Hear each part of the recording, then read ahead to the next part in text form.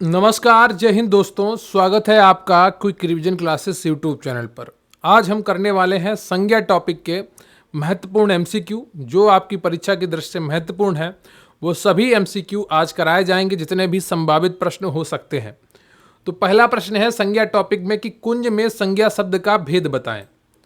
जातिवाचक संज्ञा या समूहवाचक संज्ञा या भाववाचक संज्ञा या इनमें से कोई नहीं। तो इसका सही उत्तर क्या हो जाएगा? इसका सही उत्तर है बी ऑप्शन, कुंज। कुंज क्या होता है? समूहवाचक संज्ञा होती है। क्लियर है आपको? प्लीज वीडियो को लाइक कर लीजिएगा, चैनल पर नया है तो चैनल को सब्सक्राइब कर लीजिएगा। अगला प्रश्न है आपका, कोयला में संज्ञा शब्द का भेद बताएं। व्यक्तिवाचक, समूहवाचक, भाववाचक या जातिवाचक। बताइएगा कोयला किस प्रकार की संज्ञा है, बताइएगा। तो कोयला किस प्रकार की संज्ञा है? यहां पर जातिवाचक संज्ञा है कोयला। क्या? जातिवाचक। अगर यहां पर द्रव्यवाचक दी होती तो द्रव्यवाचक भी हो जाती, क्योंकि कोयला को तौला भी जा सकता है। क्लियर है आपको? अगला प्रश्न है आपका, सोना चांदी में संज्ञा शब्द का भेद बताएं। समूहवाचक या जातिवाचक या द्रव्यवाचक या इनमें से कोई नहीं। तो सोना चांदी में क्या ऑप्शन हो जाएगा? सी ऑप्शन आपका बिल्कुल सही है, द्रव्यवाचक। क्लियर है आपको? अगला प्रश्न है आपका, सुंदरता में संज्ञा शब्द का भेद बताएं। व्यक्तिवाचक, समूहवाचक, जातिवाचक या भाववाचक। सुंदर क्या है और सुंदरता क्या हो जाएगी, बताइएगा। चौथे का कौन सा ऑप्शन आपका सही हो जाएगा? चौथे का डी ऑप्शन आपका सही है, सुंदरता भाववाचक संज्ञा है। अगला प्रश्न है आपका, निम्नलिखित में से कौन व्यक्तिवाचक संज्ञा है? शिक्षक, विद्यार्थी या मंत्री या महेंद्र। शिक्षक क्या है? एक जाति है। विद्यार्थी क्या है? एक जाति है, एक समूह को रिप्रेजेंट करता है। मंत्री क्या है? एक जाति है, एक समूह को रिप्रेजेंट करता है। लेकिन जो महेंद्र है ये एक नाम है, तो ये क्या हो जाएगी? ये आपकी व्यक्तिवाचक संज्ञा हो जाएगी। अगला प्रश्न है आपका कि बचपन, शैशव, मित्रता, अहंकार, स्वत्व, देवत्व ये शब्द कौन सी संज्ञा है?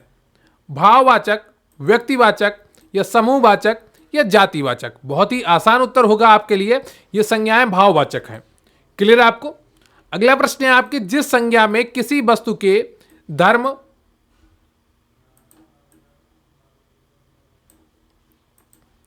गुण, अवस्था का ज्ञान हो उसे कौन सी संज्ञा कहते हैं?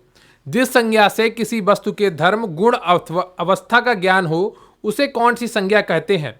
व्यक्तिवाचक, भाववाचक या जातिवाचक संज्ञा कहते हैं। गुण क्या है? एक भाव है। अवस्था क्या है? एक भाव है। तो सातवें का कौन सा ऑप्शन आपका सही हो जाएगा? बी ऑप्शन सही हो जाएगा, भाववाचक संज्ञा कहते हैं। क्लियर है आपको? अगला प्रश्न है आपका, निम्न में से कौन सा शब्द भाववाचक संज्ञा नहीं है? लंबाई, बहन, दया या शत्रुता। बताइएगा निम्न में से कौन सा शब्द भाववाचक संज्ञा नहीं है? लंबाई, बहन, दया, शत्रुता। इनमें से कौन सा ऑप्शन आपका सही हो जाएगा? तो आठवें का आपका बी ऑप्शन सही है, बहन। बहन भाववाचक संज्ञा नहीं है। अगला प्रश्न है आपका, किसी व्यक्ति या वस्तु के नाम का बोध कराने वाले शब्द कहलाते हैं नामवाची या संज्ञा या नामधारी या विशेष। बताइएगा इनमें से कौन सा ऑप्शन आपका सही होगा? किसी व्यक्ति या वस्तु के नाम का बोध कराने वाले शब्द क्या कहलाते हैं? तो नौवें का बी ऑप्शन आपका सही है, संज्ञा कहलाते हैं। अगला प्रश्न है आपका कि जातिवाचक संज्ञा से किसका बोध नहीं होता है? पद का या पक्षी के नाम का या पशु के नाम का या आदमी की जाति का। बताइएगा जातिवाचक संज्ञा से किसका बोध नहीं होता है? तो 10वें का डी ऑप्शन आपका बिल्कुल सही है, आदमी की जाति का बोध नहीं होता है। अगला प्रश्न है आपका, निम्नलिखित में से कौन व्यक्तिवाचक संज्ञा नहीं है? रामायण, पटना, औरत या गंगा। बहुत ही आसान उत्तर होगा आपका, जल्दी से बताइएगा निम्नलिखित में से कौन व्यक्तिवाचक संज्ञा नहीं है? 11वें का आपका सी ऑप्शन सही है, औरत।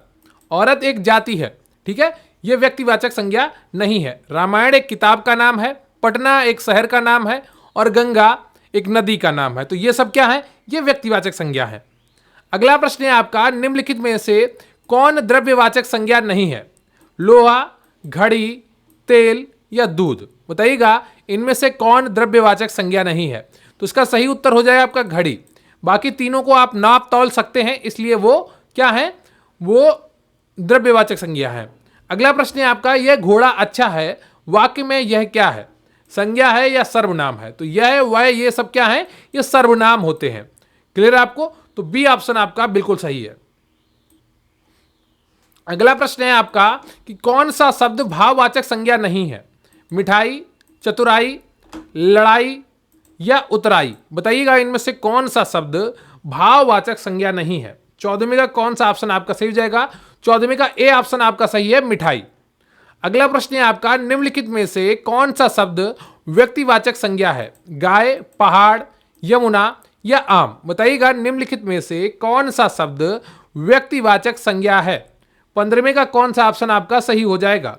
तो 15वें का आपका सही ऑप्शन है सी, यमुना। एक नदी का आम है, इसलिए ये व्यक्तिवाचक संज्ञा है। बाकी तीनों क्या आती हैं? जातिवाचक संज्ञा में आती हैं। अगला प्रश्न है आपका, निम्नलिखित में भाववाचक संज्ञा कौन सी है? शत्रुता, वीर, मनुष्य या गुरु? बताइएगा निम्नलिखित में से भाववाचक संज्ञा कौन सी है? सर ता लगा हो, त्वा लगा हो, ये सब किस में आती हैं? ये भाववाचक संज्ञा में आती हैं। क्लियर है आपको? अगला प्रश्न है आपका, इनमें व्यक्तिवाचक संज्ञा कौन सी है? मांडवी, घरेलू, भला या स्वतंत्र? तो मांडवी एक नाम होता है, तो ये ए ऑप्शन आपका व्यक्तिवाचक संज्ञा में आता है 17वें का। क्लियर आपको?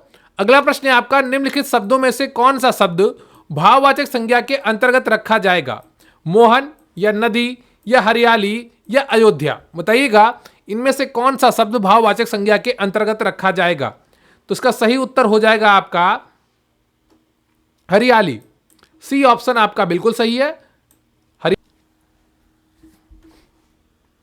अगला प्रश्न है आपका कि बुढ़ापा भी एक प्रकार का अभिशाप है। शब्द में बुढ़ापा कौन सी संज्ञा है? व्यक्तिवाचक संज्ञा है, भाववाचक संज्ञा है या जातिवाचक संज्ञा है या इनमें से कोई नहीं है? तो बुढ़ापा, जवानी, ये सब क्या है? एक भाव है, तो भाववाचक संज्ञा होगी। तो बी ऑप्शन आपका बिल्कुल सही हो जाएगा। अगला प्रश्न है आपका, अमीरी, गरीबी, जवानी, बुढ़ापा आदि शब्द किस संज्ञा के अंतर्गत आते हैं? भाववाचक के या जातिवाद वाचक के या समूहवाचक के या व्यक्तिवाचक के? अमीरी, गरीबी, जवानी, बुढ़ापा अभी आपको बताया है, ये सब क्या है? एक भाव है, तो ये भाववाचक संज्ञा के अंतर्गत आएंगे। अगला प्रश्न है आपका कि निम्नलिखित में से कौन सा शब्द संज्ञा है? क्रोधी, क्रोधित, क्रोध या क्रुद्ध? तो इसका सही उत्तर क्या हो जाएगा? कौन सा एक शब्द संज्ञा है? 22वें का कौन सा ऑप्शन आपका सही हो जाएगा?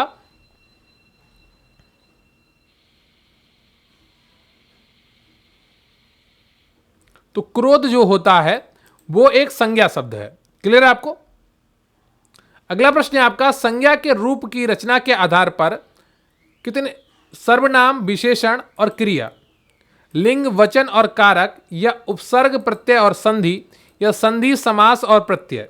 बताइए संज्ञा के रूप की रचना के आधार पर क्या बनता है? 23 का कौन सा ऑप्शन आपका सही हो जाएगा? लिंग, वचन और कारक बनते हैं संज्ञा के रूप की रचना के आधार पर। अगला प्रश्न है आपका कि धिक्कार शब्द संज्ञा के किस भेद का अंतर्गत आता है? धिक्कार शब्द संज्ञा के किस भेद के अंतर्गत आता है? 24 का कौन सा ऑप्शन आपका सही हो जाएगा? तो 24 का आपका बी ऑप्शन सही है, यह भाव है एक धिक्कार। अगला प्रश्न है आपका, निम्नलिखित में कौन व्यक्तिवाचक संज्ञा नहीं है?